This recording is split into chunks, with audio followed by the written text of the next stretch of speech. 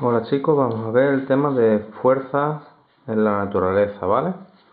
Bien, primero para empezar vamos a ver qué es una fuerza.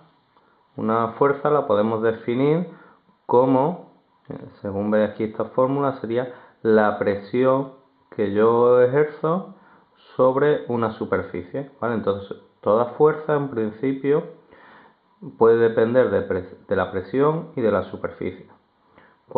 A una misma presión, cuanto mayor sea la superficie, menor será la fuerza. Si yo ejerzo una presión sobre una superficie pequeñita, pues la fuerza será mayor, ¿vale? En el sistema internacional, las unidades de la fuerza va a ser el newton, que se expresa con una n mayúscula. Estas fuerzas pueden ser de contacto o a distancia. De contacto son aquellas que necesitan que dos objetos se toquen, y a distancia aquellas que dos objetos pueden sentir sin contacto físico. Fuerzas por contacto estaría la primera, rozamiento, fuerza de rozamiento.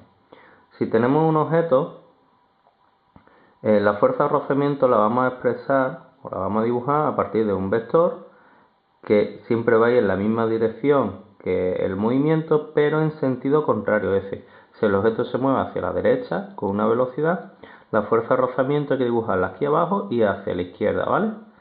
Si el objeto se moviese hacia la izquierda, pues la fuerza de rozamiento iría hacia la derecha.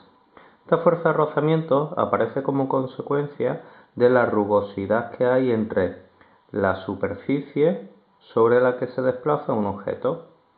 Esa rugosidad la podemos cuantificar a través de esta letra que se llama nu, y es el coeficiente de rozamiento.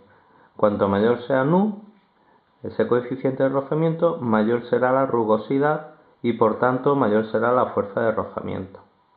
Es decir, esta fuerza de rozamiento siempre va a generar que el objeto pierda velocidad o que no se mueva, ¿vale?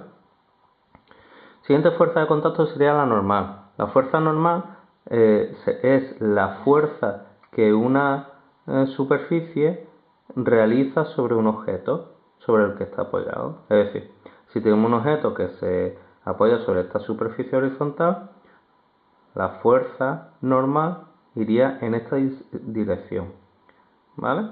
Entonces el suelo empuja a este objeto con una fuerza normal en esta dirección. Siempre se dibuja desde el centro del objeto hacia afuera. Y esa fuerza se expresa mediante una n mayúscula y un vector. No es lo mismo que Newton, ¿eh? Newton es sin vector, pero esto lleva arriba un vector. Si el objeto se encuentra sobre una superficie que está inclinada, pues la normal va en esa dirección. Y si la superficie está en vertical, la normal va en esa dirección. Si os das cuenta, siempre la normal es perpendicular, forma un ángulo 90 grados con la superficie. Si el objeto estuviese colgando y no hubiese ninguna superficie sobre la que apoya, no hay normal, ¿vale?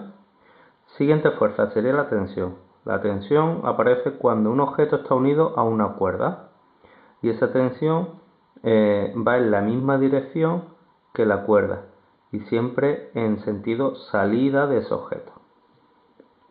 Se representa por la letra T. Y por último, la fuerza de contacto que vamos a ver sería la fuerza elástica, que la vamos a ver en el siguiente vídeo de forma más concreta, ¿vale? Esta fuerza elástica principalmente aparece cuando tenemos muelles, ¿vale? Y es un poco la fuerza que me indica cuánto se comprime o cuánto se estira un muelle. Y como ya hemos mencionado antes, vamos a ver las fuerzas a distancia. Esta fuerza no necesita un contacto entre dos objetos y una de las principales fuerzas a distancia que hay sería el peso o la fuerza gravitatoria, ¿vale? Se expresa a partir de esta fórmula, sería peso igual a masa por gravedad, donde la gravedad es una aceleración y vale, para el caso de la Tierra, 9,81 metros partido segundo cuadrado. Esto lo vamos a ver después, ¿vale? Esto sí es interesante que veáis que toda la fuerza de peso se expresa mediante un vector que siempre va hacia la dirección del centro de la Tierra, ¿vale? Esto en el siguiente vídeo lo veremos mejor. Pues bien, además la fuerza puede producir varias cosas. Cambio en el estado del movimiento, es decir, si un coche se está moviendo, podemos frenar el coche, pasar de una velocidad de 100 km por hora a 0 km por hora, gracias a la fuerza de rozamiento que ejerce las pastillas de freno con el disco de freno que tiene el coche. Es decir, el disco gira en este sentido, las pastillas son unas pinzas que cuando nosotros frenamos atrapan el disco y entonces la rueda ya no puede girar. Si abrimos, la rueda giraría, ¿vale? Es decir, las fuerzas pueden provocar una variación en el movimiento. Si un objeto está quieto, un coche está quieto y el motor realiza una fuerza, pues el coche empieza a andar, también crea ese movimiento. Y después estaría que las fuerzas pueden producir al mismo tiempo una deformación. Si tengo un clavo y un martillo y golpeo con el martillo el clavo sobre, por ejemplo, un bloque de plastilina, la plastilina se deforma, ¿vale? Pues entonces esa deformación sería lo que el efecto de esa fuerza. Y por último, vamos a ver, antes de pasar a hablar sobre las dos fuerzas que hemos mencionado antes, las fuerzas cotidianas. Dos fuerzas cotidianas que hay serían las electromagnéticas, que son muy importantes porque gracias a ellas, por ejemplo, podéis usar móviles, podéis ver la tele, etcétera. Y esas fuerzas electromagnéticas aparecen solo si hay cargas eléctricas. Una de las aplicaciones de estas fuerzas electromagnéticas serían, por ejemplo, los GPS antiguos, que son las brújulas. Hoy en día utiliza el GPS del móvil, pero que también se basa en esas fuerzas electromagnéticas. Las fuerzas electromagnéticas aparecen también cuando hay tormentas, ¿vale? Hay una diferencia de potencia entre la nube y el suelo y eso crea una descarga eléctrica y ahí aparecen fuerzas electromagnéticas. Y después estarían las fuerzas nucleares, que son las fuerzas que mantienen dentro del núcleo del átomo los protones y los neutrones unidos. Gracias a esas fuerzas, el Sol en su interior ocurren ciertas reacciones nucleares que emiten energía, ¿vale? Energía térmica en forma de luz y de calor, y eso nos llega a la Tierra.